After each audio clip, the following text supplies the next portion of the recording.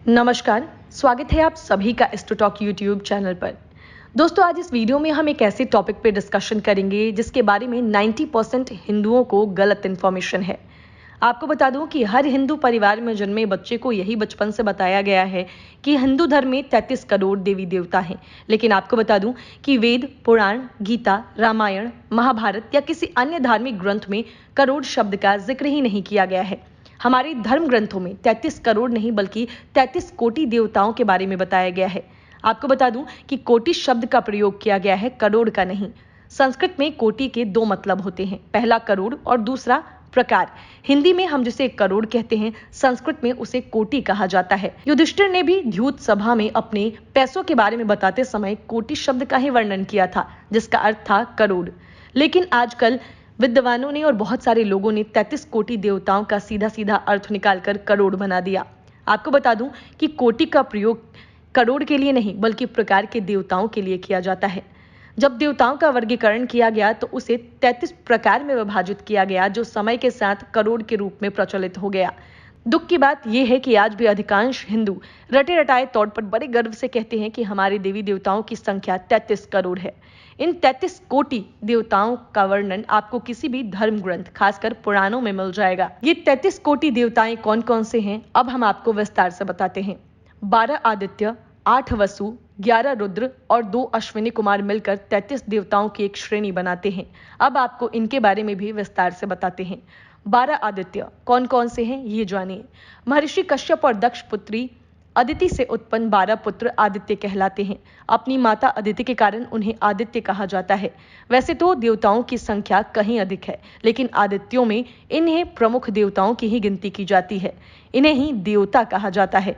इंद्र देवताओं के राजा कहलाते हैं। ये 12 आदित्य वर्ष के 12 मासों का प्रतिनिधित्व करते हैं। अब 12 आदित्य कौन कौन से हैं, वो जानिए।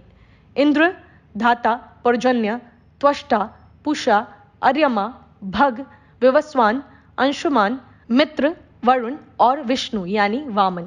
ये वो 12 आदित्य हैं। अब बात करते हैं 8 वसु की। वसु भगवान विष्णु और देवराज इंद्र के रक्षक माने जाते हैं। रामायण में इन्हें महर्षि कश्यप और दक्ष पुत्री अदिति का पुत्र बताया गया है, लेकिन महाभारत में इन्हें ब्रह्मा पुत्र मनु की संतान कहा गया है।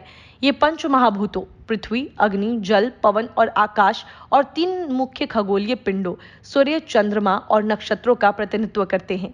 8 वसु कौन कौन से हैं, वो जानिए।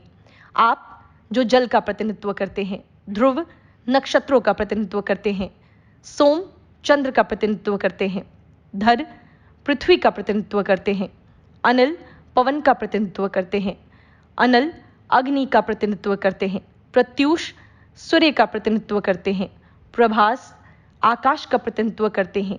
प्रभास ही वो वसु हैं जिन्हें श्राप के कारण गंगापुत्र भीष्म के रूप में जन्म लेना पड़ा था। तो ये हैं वो 8 वसु। अब बात करते हैं 11 रुद्र की। ये भगवान शंकर के दूसरे रूप माने जाते हैं। इसी कारण भगवान शंकर को हम महारुद्र भी कहते हैं। कहा जाता है इन सभी की उत्पत्ति भगवान शंकर से ही हुई है। हालांकि वामन पुराण में इन्हें महर्षि कश्यप और अदिति का पुत्र भी कहा गया है। इन्हें परमपिता ब्रह्मा और सुरभि, जो कि सभी गायों की माता हैं, उनकी संतान माना जाता है। अब 11 रुद्र कौन कौन से हैं, वो जानिए। शंभु, पिनाकी, गिरीश, स्थाणु, भर्ग, भव, सदाशिव, शिव, हर, शर्व और कपाली। ये हैं वो 11 रुद्र। अब 2 अश्विनी कुमार के बारे में हम आपको बताते हैं। अश्विनी कुमार को देवताओं का राजवैद्य माना जाता है और औषधियों का स्वामी भी मानते हैं। ये 2 जुड़वे भाई हैं जिनमें नास्त्य बड़े हैं, जिनके माता पिता विवस्वान और सरन्यु हैं। ये सूर्योदय, नास्त्य और सूर्यास्त का प्रतिनिधित्व करते हैं। 2 अश्विनी कुमार कौन कौन से हैं, वो जानिए। पहला नास्त्य, महाभारत में ये माद्रीपुत्र नकुल के रूप में जन्मे थे। दूसरा दसरा, जो कि महाभारत में माद्रीपुत्र सहदेव के रूप में जन्मे थे। तो इस प्रकार ये 33 कोटि देवताओं के बारे में वर्णन किया गया है।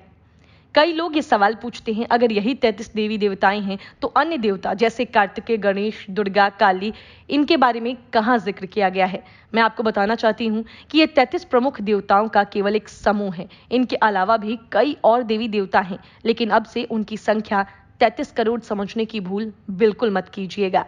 उम्मीद करते हैं हमने आपको 33 करोड़ देवी देवताओं के बारे में जो इन्फॉर्मेशन दी है आपको अच्छी लगी होगी।